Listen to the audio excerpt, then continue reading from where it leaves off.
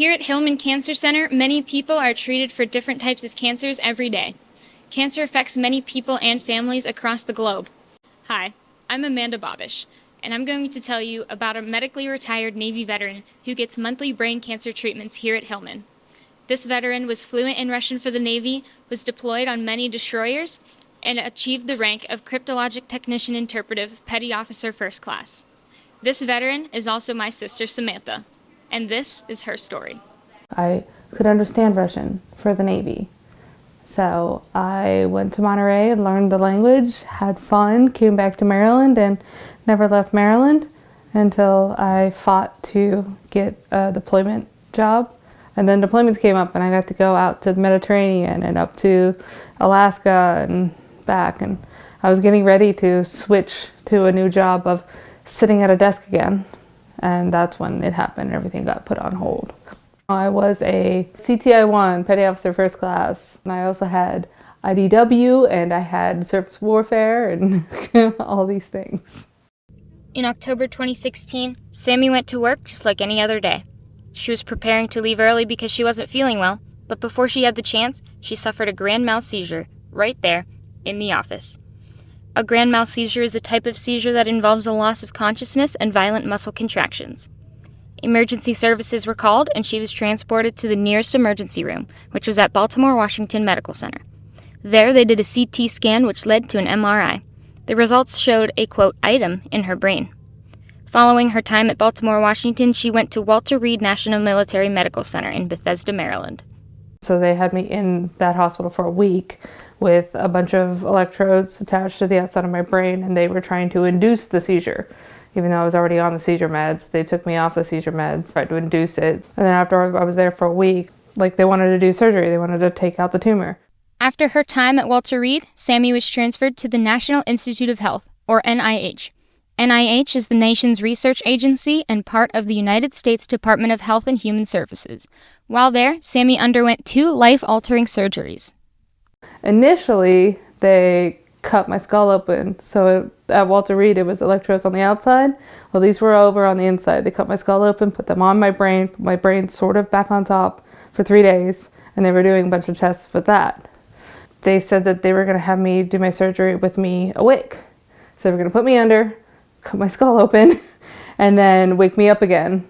And they were going to ask questions and do all that stuff. So then I went back in for the surgery, for the actual surgery.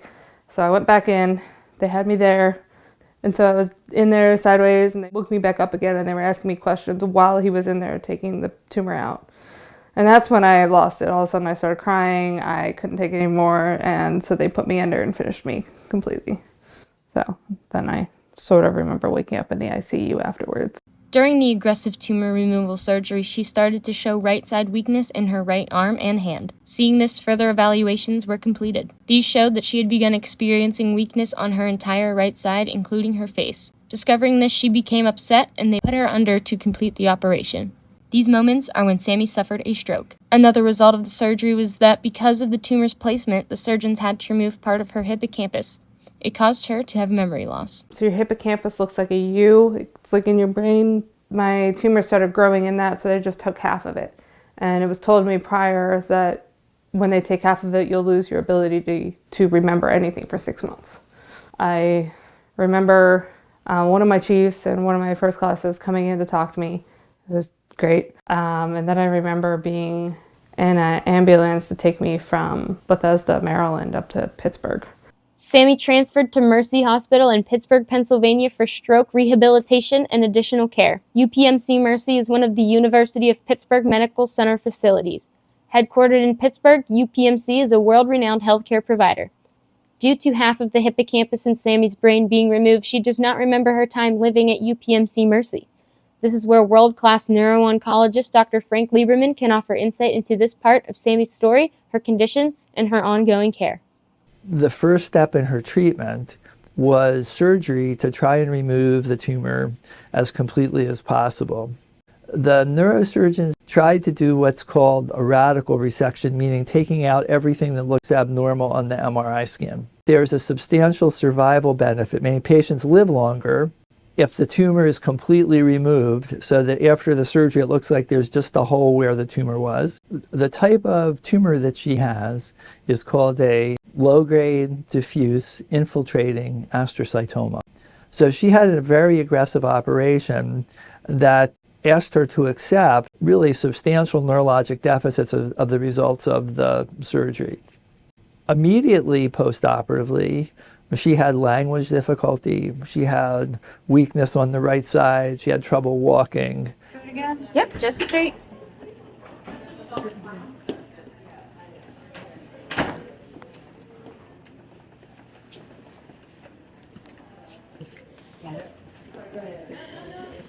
In the immediate post-op period, I think she was facing the potential outcome that she wouldn't really be able to return to what she was doing before.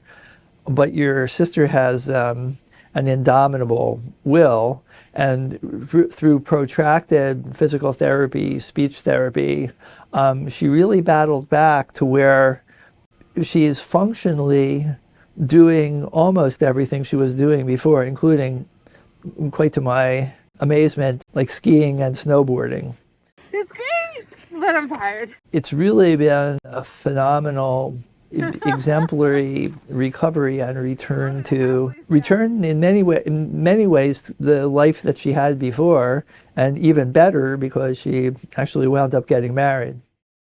The degree to which she recovered and the degree to which she was able to, resume the sort of the career and life trajectory she was on before, Walking down the hall with a cane.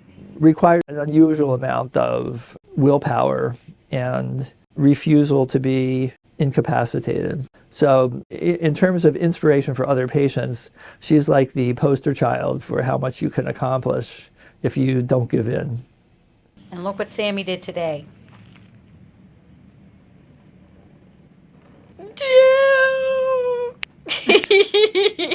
Well, Dr. Lieberman is awesome. I may start crying here. When the doctor at Bethesda, Maryland, decided to need me to have chemoradiation right away, my mom had me come up here.